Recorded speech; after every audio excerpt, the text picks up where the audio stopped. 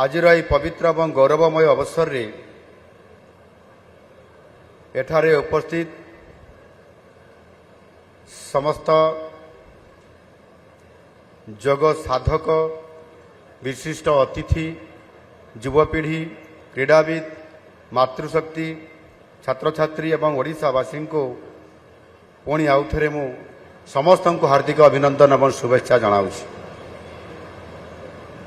अंतर्जातीय जीव दिवस केवल एक स्वतंत्र ये दिवस नुहे बरं यह आमर स्वास्थ्य एवं आमर मानसिक संतुलन आध्यात्मिक चेतना और सामाजिक समन्वयर एक विश्वव्यापी महोत्सव। यही दिवस आमको साहित्य संस्कृति और जीवन दर्शनर गौरवमय परंपरा सहित आम समस्त को आग को अर्थात आम भविष्य को सुंदर रखापी आमको आग को ये प्रेरणा दे थाए। योग होउछि भारतर प्राचीन ज्ञान परंपरार एक अमूल्य उपहार। हजार हजार वर्ष पूर्वर आम मुनि ऋषि माने मानव जीवनर से सामग्रिक विकास पाई जो जीवन दर्शन और साधना पद्धति आम पाई पर पीढ़ी पाई विकसित करथिले योग ताहार एक उज्जवल उदाहरण। यह केवल शरीर को सुस्थ रखिबार केवल उपाय नुहे बा केवल शारीरिक केवल खाली व्यायाम नुहे बरं मन बुद्धि चेतना और आत्मार संतुलन बजाय रखी सुस्थ जीवन यापन करिवार एक संपूर्ण विज्ञान। योग केवल एक व्यायाम किंबा केतेक आसन मध्य यह केवल सीमित नुहे शारीरिक व्यायाम ठारू यार स्थान बहु उपरे। शारीरिक बौद्धिक मानसिक एवं आध्यात्मिकतार एक अपूर्व ये संगम हेउछि योग। भारतीय संस्कृति एवं योगी परंपरार सृष्टि होइतिले मध्य यह कौन से निर्दिष्ट धर्म सहित केवे भी जोड़ी है नहीं। शरीर आत्मा एवं चिंतन ये शक्ति को उद्बोधन करुथुबा ये योग आज जाति धर्म वर्ण निर्विशेष समस्तंकर द्वारा संपूर्ण भाव में यह आज विश्व दरबार में आदृत हो पारि। योग पूर्वर मुख्यतः आम देश भितर सीमित होगी रही किंतु यशस्वी प्रधानमंत्री माननीय श्री नरेंद्र मोदी जी 2014 मे मासरे दायित्व ग्रहण करिवार मात्र 6 मास मध्य योग को सारा विश्व में परिचित कराई से सर्वप्रथमे मिलित जातिसंघ रे प्रस्ताव रखिथिले। विश्वर 177 देशर समर्थन सहित यही प्रस्ताव गृहीत होइतिला एवं 2014 डिसेम्बर मास 11 तारिख रे जातिसंघ प्रति वर्ष जून मास 21 तारिख को अंतर्जातीय योग दिवस भाव पालन करने घोषणा करिथिला। यह भारतर सांस्कृतिक ऐतिह्यर विश्वस्तरीय स्वीकृतिर एक ऐतिहासिक उदाहरण।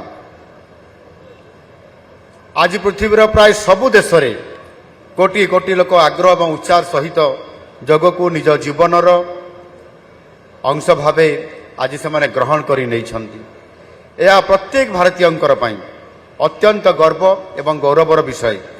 माननीय प्रधानमंत्री सर्वदा कहते जे योग केवल व्यायाम नुहे यह जीवनर एक पूर्ण दर्शन जहाँ मनीष को निज सह समाज सह एवं प्रकृति सह ये जोड़ी थाए।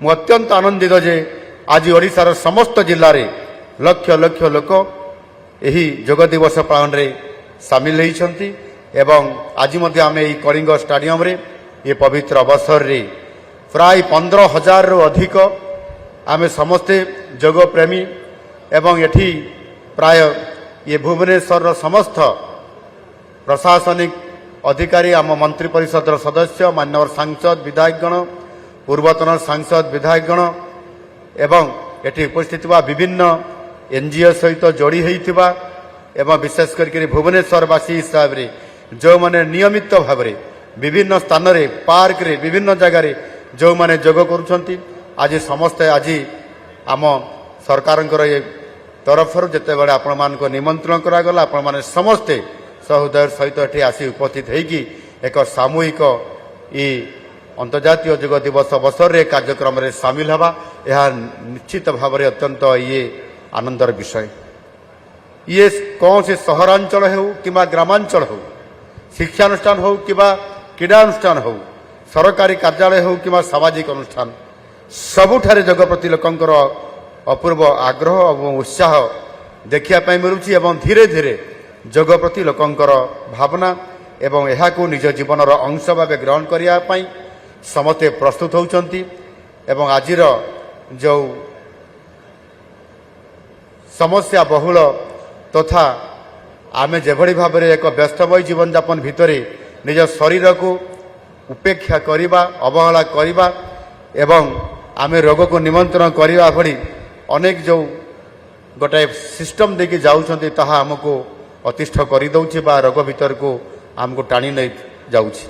ଏଭଳି ଅବସରରେ ଆମେ ସମସ୍ତେ ଅପୂର୍ବ ଆଗ୍ରହ ଏବଂ ଉତ୍ସାହ ସହିତ ଆପଣମାନେ ଆଜି ଏ ଯୋଗରେ ଯୋଗ ଦେବା ଏବଂ ଏ କାର୍ଯ୍ୟକ୍ରମରେ ସାମିଲ ହେବା ସହିତ ତାକୁ ନିୟମିତତା ଭାବରେ ବଜାୟ ରଖିବା, ଏ କାମକୁ ଆମେ ସମସ୍ତେ କରିବା ଉଚିତ। ଏ ଗଣ ଅଂଶଗ୍ରହଣ ଆମ ସମାଜରେ ସ୍ୱାସ୍ଥ୍ୟ ଚେତନାର ବୃଦ୍ଧି, ସକାରାତ୍ମକ ଜୀବନଶୈଳୀ ପ୍ରତି ବଢ଼ୁଥିବା ଆକର୍ଷଣ ଏବଂ ସୁସ୍ଥ ଜୀବନଯାପନ ପ୍ରତି ଆମ ସରକାରଙ୍କର ଆଗ୍ରହକୁ ଇଏ ପ୍ରମାଣିତ କରୁଛି। ଚଳିତ ବର୍ଷର ଅନ୍ତର୍ଜାତୀୟ ଯୋଗ ଦିବସର ଥିମ୍ ହେଉଛି ଯୋଗ ଫର ହେଲ୍ଦି ଏଜିଂ ବା ନିରୋଗ ଓ ସୁସ୍ଥ ଜୀବନ ପାଇଁ ଯୋଗ।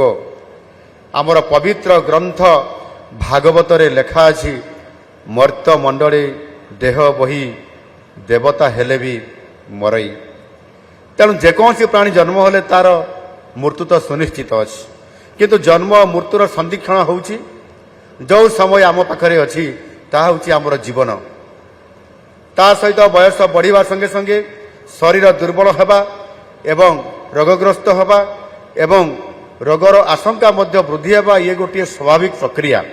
ତେଣୁ ଆମ ଜୀବନର ସୁସ୍ଥ ରହିବା ହେଉଛି ଆମ ଜୀବନର ବଡ଼ ସାର୍ଥକତା। ନହେଲେ ସାରା ଜୀବନ ଆମର ବ୍ୟର୍ଥ ହୋଇଯିବ ଏବଂ ମୂଲ୍ୟହୀନ ମଧ୍ୟ ହୋଇଯିବ। ସେଥିପାଇଁ ଆମ ସମସ୍ତଙ୍କୁ ନିଜ ସ୍ୱାସ୍ଥ୍ୟ ବିଷୟରେ ସଚେତନ ହେବାକୁ ପଡ଼ିବ ଏବଂ ସୁସ୍ଥ ରହିବାକୁ ନିୟମିତ ଭାବରେ ଆମେ ଉଦ୍ୟମ କରିବା ପାଇଁ ପଡ଼ିବ। ରୋଗ ହେଲେ ଚିକିତ୍ସା ପାଇଁ ଅନେକ ପଦ୍ଧତି ରହିଛି, କିନ୍ତୁ ନିରୋଗ ଜୀବନଯାପନ ପାଇଁ ଆମର ପ୍ରଚେଷ୍ଟା ଇଏ ସବୁବେଳେ ଜାରି ରହିବା ଉଚିତ। ମେଡିସିନ ଅଛି, ଡାକ୍ତର ଅଛନ୍ତି, ବୈଦ୍ୟ ବି ଅଛନ୍ତି ଏବଂ ସେମାନେ ଅଛନ୍ତି ବୋଲି ରୋଗକୁ ନିୟନ୍ତ୍ରଣ କରିବାର ସବୁଠାରୁ ବଡ଼ ବୁଦ୍ଧିମାନର କାମ ହେଉଛି ଯୋଗ। ଏଣୁ ସୁସ୍ଥ ଜୀବନଯାପନ ପାଇଁ ଆମେ ପ୍ରତିଦିନ କିଛି ନା କିଛି ଉଦ୍ୟମ କରିବା ଆବଶ୍ୟକ। ଏଥିପାଇଁ ଯୋଗ, ଧ୍ୟାନ, ପ୍ରାଣାୟାମ, ଆୟୁର୍ବେଦର ମହତ୍ତ୍ୱପୂର୍ଣ୍ଣ ଭୂମିକା ରହିଛି। ଆମେ ଯଦି ନିୟମିତ ଭାବେ ଏଗୁଡ଼ିକ ପାଳନ କରିବା ପାଇଁ ପ୍ରତିଦିନ ଆମେ କିଛି ସମୟ ଦେଇପାରିବା, ଗୋଟିଏ ଘଣ୍ଟା ହୋଇପାରେ, ଅଧଘଣ୍ଟା ହୋଇପାରେ, 20 ମିନିଟ୍ ବି ହୋଇପାରେ, ଆମେ ନିଶ୍ଚୟ ସୁସ୍ଥ ଜୀବନଯାପନ କରିବା ପାଇଁ ଆଗକୁ ଆଗକୁ ବଢ଼ିବା ଏବଂ ଆମ ଜୀବନକୁ ସରସ ସୁନ୍ଦର କରି ଗଢ଼ି ତୋଳିପାରିବା। ଆଜିର ଏହି ବିଷୟବସ୍ତୁ ଆମ ସମସ୍ତଙ୍କର ପାଇଁ ଅତ୍ୟନ୍ତ ପ୍ରାସଙ୍ଗିକ, କାରଣ ଯୋଗ ସମସ୍ତଙ୍କ ପାଇଁ। ଏହାର କୌଣସି ବୟସ ସୀମା ନାହିଁ, କୌଣସି ଧର୍ମ କିମ୍ବା ଜାତିର ସୀମା ନାହିଁ। ଶିଶୁ, ଯୁବକ, ମହିଳା, ବୟୋଜ୍ୟେଷ୍ଠ ସମସ୍ତେ ଅର୍ଥାତ୍ ସବୁ ବୟସର ବ୍ୟକ୍ତି ଯୋଗର ଲାଭ ନେଇପାରିବେ, ନିୟମିତ ଭାବରେ ଯୋଗ କରିପାରିବେ। ଆପଣଙ୍କୁ ଜଣେ ଫିଟନେସ୍ ବିଶେଷଜ୍ଞ ହେବା ଦରକାର ନାହିଁ। ପ୍ରତିଦିନ କିଛି ସମୟ ପାଇଁ ଯୋଗ ଦେଲେ, ଆପଣମାନେ ଯୋଗ ପାଇଁ ଯୋଗ ଦେଲେ ନିଜ ଜୀବନର ଅସାଧାରଣ ପରିବର୍ତ୍ତନ ଅନୁଭବ ନିଶ୍ଚିତ ଭାବରେ କରିପାରିବେ। ଆପଣ ଆଜି ଦେଖୁଥିବେ ଯଶସ୍ୱୀ ପ୍ରଧାନମନ୍ତ୍ରୀ ଆଜି ଏ ଯୋଗକୁ ଆପଣେଇବା ସହିତ ନିଜ ଜୀବନର ସବୁଠାରୁ ସରସ ସୁନ୍ଦର ଏବଂ ଆଜି ସାରା ବିଶ୍ୱକୁ ନେତୃତ୍ୱ ଦେବା ପରିପ୍ରେକ୍ଷୀରେ ଯୋଗ ହେଉଛି ତାଙ୍କର ସବୁଠାରୁ ଶ୍ରେଷ୍ଠ ଶାରୀରିକ ବ୍ୟାୟାମ ମଧ୍ୟ ଏବଂ ତାଙ୍କର ମାନସିକ ବ୍ୟାୟାମ ମଧ୍ୟ ଏବଂ ଆମ ସମସ୍ତଙ୍କୁ ଏକ ପ୍ରେରଣାର ଉତ୍ସ ମଧ୍ୟ। ବିଶ୍ୱର ବୟସ୍କଙ୍କର ସଂଖ୍ୟା ଯେତେବେଳେ ବୃଦ୍ଧି ପାଉଛି, ନିରୋଗ ସୁସ୍ଥ ଭାବରେ ଜୀବନ ବିତାଇବା ଏକ ବଡ଼ ଆହ୍ୱାନ ଭାବେ ଆଜି ଆମ ସାମ୍ନାରେ ଛିଡ଼ା ହୋଇଛି। ବୟସ ବଢ଼ିବା ସହିତ ରକ୍ତଚାପ, ମଧୁମେହ, ହୃଦରୋଗ, ଗଣ୍ଠିପାତ, ନିଦ୍ରାହୀନତା, ଚିନ୍ତା ଏବଂ ଏକାକୀପଣ ପରି ଅନେକ ଶାରୀରିକ ଏବଂ ମାନସିକ ସମସ୍ୟା ଆମ ବୟୋଜ୍ୟେଷ୍ଠ ନାଗରିକମାନଙ୍କର ଜୀବନକୁ ଆଜି ପ୍ରଭାବିତ କରୁଛି। ତେବେ ଯୋଗ ଏହି ସମସ୍ତ ସମସ୍ୟାର ଏକ ସ୍ୱାଭାବିକ ଏବଂ ପ୍ରଭାବଶାଳୀ ସମାଧାନ ପ୍ରଦାନ କରିବାରେ ନିଶ୍ଚିତ ଭାବରେ ଇଏ ସହାୟକ ହେଉଛି। ମୁଁ ବିଶେଷ ଭାବରେ ଆମ ବୟୋଜ୍ୟେଷ୍ଠ ନାଗରିକମାନଙ୍କୁ ଅନୁରୋଧ କରିବି ଯେ ସେମାନେ ନିୟମିତ ଭାବେ ଯୋଗ ଏବଂ ପ୍ରାଣାୟାମକୁ ନିଜ ଜୀବନର ଅଂଶ ଭାବେ ଗ୍ରହଣ କରନ୍ତୁ। ସେମାନଙ୍କର ଅଭିଜ୍ଞତା, ଜ୍ଞାନ, ଆଶୀର୍ବାଦ ଆମ ସମାଜର ଇଏ ହେଉଛି ଅମୂଲ୍ୟ ସମ୍ପଦ। ସେମାନଙ୍କର ସୁସ୍ଥତା ହିଁ ସମାଜ ପାଇଁ ଅତ୍ୟନ୍ତ ଆବଶ୍ୟକ। ଆମର ଯୁବବର୍ଗମାନଙ୍କୁ ମୁଁ କହିବାକୁ ଚାହେଁ, ଆପଣମାନେ ହିଁ ଓଡ଼ିଶାର ଭବିଷ୍ୟତ। ଆପଣମାନଙ୍କର ଶକ୍ତି, ସୃଜନଶୀଳତା ଓ ସାମର୍ଥ୍ୟ ଉପରେ ଆମ ରାଜ୍ୟର ଉନ୍ନତି ଏବଂ ସମୃଦ୍ଧ ଓଡ଼ିଶା ତଥା ବିକଶିତ ଭାରତ ନିର୍ଭର କରେ। ଆଜିର ଡିଜିଟାଲ ଯୁଗରେ ଯୁବପିଢ଼ି ଅଧିକ ସମୟ ମୋବାଇଲରେ, କମ୍ପ୍ୟୁଟରରେ, ସୋସିଆଲ ମିଡ଼ିଆରେ ଆମେ ପ୍ରାୟ ସମସ୍ତେ ବିତାଉଛନ୍ତି। ଏହା ଶାରୀରିକ କ୍ରିୟାକଳାପକୁ କମାଇବା ସହ ମାନସିକ ଚାପ ଇଏ ନିଶ୍ଚିତ ଭାବରେ ସୃଷ୍ଟି କରୁଛି ଓ ଶରୀରରେ ଅସନ୍ତୁଳିତ ବଢ଼ାଉଛି। ଏଭଳି ପରିସ୍ଥିତି ଯୋଗ ଆପଣଙ୍କର ପାଇଁ ଏକ ଅମୂଲ୍ୟ ସାଥୀ ନିଶ୍ଚିତ ଭାବରେ ହୋଇପାରେ। ମୁଁ ଚାହେଁ ଯେ ଓଡ଼ିଶାର ପ୍ରତ୍ୟେକ ଯୁବକ ଯୁବତୀ ଏବଂ ଛାତ୍ରଛାତ୍ରୀମାନେ ପ୍ରତିଦିନ ଅତି କମ୍ରେ 20ରୁ 30 ମିନିଟ୍ ପାଇଁ ସମୟ ବାହାର କରନ୍ତୁ ଏବଂ ନିୟମିତ ବିଭିନ୍ନ ସ୍ଥାନରେ, ଘରେ ହେଉ, ବାହାରେ ହେଉ, ପାର୍କରେ ହେଉ, ଖେଳ ପଡ଼ିଆରେ ହେଉ, ଷ୍ଟାଡିୟମରେ ହେଉ, ଆପଣମାନେ ଯୋଗାଭ୍ୟାସ କରନ୍ତୁ। ଏହା ଆପଣଙ୍କ ଜୀବନରେ ନୂତନ ଶକ୍ତି, ଉତ୍ସାହ ଏବଂ ଆତ୍ମବିଶ୍ୱାସ ଭରିଦେବ ଏବଂ ଆପଣଙ୍କର ପାଇଁ ସଫଳତା ଆଣିବାରେ ଇଏ ନିଶ୍ଚିତ ଭାବରେ ମାର୍ଗଦର୍ଶନ ଦେଇପାରିବ। ଓଡ଼ିଶାରେ ଯୋଗର ପ୍ରସାର ପ୍ରଚାର ପାଇଁ ଆମ ସରକାର ବଦ୍ଧପରିକର। ଆୟୁଷ ମନ୍ତ୍ରଣାଳୟ ପକ୍ଷରୁ ଜଟଣୀର ବିଞ୍ଝଗିରିଠାରେ 20 ଏକର ବିଶିଷ୍ଟ ଅଞ୍ଚଳରେ ଏକ ଅତ୍ୟାଧୁନିକ ଯୋଗ ଏବଂ ନେଚୁରୋପାଥି ଅନୁଷ୍ଠାନ ମଧ୍ୟ ଆମ ସରକାର ନିର୍ମାଣ କରୁଛନ୍ତି। ପ୍ରଧାନମନ୍ତ୍ରୀ ମୋଦିଜୀ ଏହାର ଶିଳାନ୍ୟାସ କରିଥିଲେ। ଆୟୁଷ ସ୍ୱାସ୍ଥ୍ୟ ସେବା ବ୍ୟବସ୍ଥାକୁ ସୁଦୃଢ଼ କରିବା ପାଇଁ ଆମ ସରକାର ଗଜପତି, ମାଲକାନଗିରି ଏବଂ ରାୟଗଡ଼ାରେ 3ଟି ନୂଆ ଆୟୁର୍ବେଦିକ ମେଡିକାଲ କଲେଜ ଖୋଲିବା ପାଇଁ ନିଷ୍ପତ୍ତି ନେଇଛନ୍ତି। ଏସବୁ ଅନୁଷ୍ଠାନଗୁଡ଼ିକ ରାଜ୍ୟର ଯୋଗ ଆୟୁର୍ବେଦର ଲୋକପ୍ରିୟତା ବୃଦ୍ଧିରେ ନିଶ୍ଚିତ ଭାବରେ ଆଗାମୀ ଦିନରେ ସହାୟକ ହେବ। ଆମେ ସ୍କୁଲ, କଲେଜ, ଛାତ୍ରାବାସ, ଶିକ୍ଷା ପ୍ରଶିକ୍ଷଣ କେନ୍ଦ୍ର ଏବଂ ସହାୟକ ଗୋଷ୍ଠୀ ଏବଂ ବିଭିନ୍ନ ସମୁଦାୟ ଭିତ୍ତିକ କାର୍ଯ୍ୟକ୍ରମ ମାଧ୍ୟମରେ କର୍ମଶାଳା ଆୟୋଜନ କରି ଯୋଗକୁ ଲୋକପ୍ରିୟ କରୁଛୁ ଓ ଏହାକୁ ନେଇ ବ୍ୟାପକ ଭାବରେ ବିଭିନ୍ନ ଅଞ୍ଚଳରେ ଏହାକୁ ସଚେତନତା ମଧ୍ୟ କରାଯାଉଛି। ଆମେ ଯୋଗକୁ ବିଦ୍ୟାଳୟ ପାଠ୍ୟକ୍ରମ ଏବଂ ଜନସ୍ୱାସ୍ଥ୍ୟ କାର୍ଯ୍ୟକ୍ରମରେ ଅନ୍ତର୍ଭୁକ୍ତ କରିବାକୁ ମଧ୍ୟ ପଦକ୍ଷେପ ଆଗାମୀ ଦିନରେ ନେଉଛନ୍ତି। ଆମ ସରକାର ଲକ୍ଷ୍ୟ ହେଉଛି ଏକ ସୁସ୍ଥ, ସଶକ୍ତ, ଆତ୍ମନିର୍ଭରଶୀଳ ଏବଂ ସମୃଦ୍ଧ ଓଡ଼ିଶା ଗଠନ କରିବା। ଏହି ଲକ୍ଷ୍ୟ ହାସଲରେ ଯୋଗ ଏକ ଗୁରୁତ୍ୱପୂର୍ଣ୍ଣ ମାଧ୍ୟମ ହୋଇପାରିବ। ମୁଁ ଭାରତ ସରକାରଙ୍କର ଆୟୁଷ ମନ୍ତ୍ରଣାଳୟକୁ ଧନ୍ୟବାଦ ଦେଉଛି, ଯେଉଁମାନେ ଯୋଗର ପ୍ରଚାର ଓ ପ୍ରସାର ପାଇଁ ନିରନ୍ତର ଭାବେ ବିଭାଗ ତରଫରୁ ଏବଂ ସମସ୍ତଙ୍କ ତରଫରୁ ପ୍ରତିନିଧିତ୍ୱ କରିକରି ଏ କାର୍ଯ୍ୟକ୍ରମକୁ ପୂରା କରିବା ପାଇଁ ପ୍ରୟାସ କରୁଛନ୍ତି। ସେହିପରି ରାଜ୍ୟର ସମସ୍ତ ଯୋଗ ଶିକ୍ଷକ, ସ୍ୱେଚ୍ଛାସେବୀ, ସାମାଜିକ ସଂଗଠନ ଏବଂ ଅନୁଷ୍ଠାନମାନଙ୍କୁ ମଧ୍ୟ ମୋର ଆନ୍ତରିକ ଅଭିନନ୍ଦନ। ଆସନ୍ତୁ ଆମେ ଏକ ସୁସ୍ଥ, ସଚେତନ, ଶାନ୍ତିପୂର୍ଣ୍ଣ ଏବଂ ସମୃଦ୍ଧ ଓଡ଼ିଶା ଗଠନ ତଥା ବିକଶିତ ଓଡ଼ିଶା ଓ ବିକଶିତ ଭାରତ ଗଠନ କରିବା ପାଇଁ ଏବଂ ଯୋଗକୁ ଏକ ଜନ ଆନ୍ଦୋଳନରେ ପରିଣତ କରିବା, ସମାଜର ପ୍ରତ୍ୟେକ ବର୍ଗର ଲୋକଙ୍କୁ ନିରୋଗ, ସୁସ୍ଥ ରଖିବା ପାଇଁ ନିରନ୍ତର ପ୍ରୟାସ ଜାରି ରଖିବା। ଧନ୍ୟବାଦ। ବନ୍ଦେ ଉତ୍କଳ ଜନନୀ। अरे वाओ अनु, केते सुंदर ड्राइंग बनेचु। एरा कौन बनेचु? एरा मु, एरा बापा, एरा बो, एरा जेजे बापा, एरा जेजे माँ। वाओ, औ एटा कोन हम फैमिली डॉक्टर? हाँ बो, एरा हम फैमिली हॉस्पिटल। रंग बदलिछि, रूप बदलिछि, हेले आपणक सह संपर्क बहुत पुराना।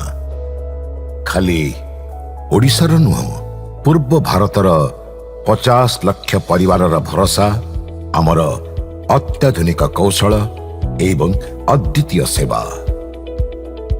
27 वर्षर संपर्क आमको करि परिछि आपणक निजर family hospital. Thank you doctor. अनुपरी अनेक पिलांक धन्यवाद आम पई अमूल्य उपहार।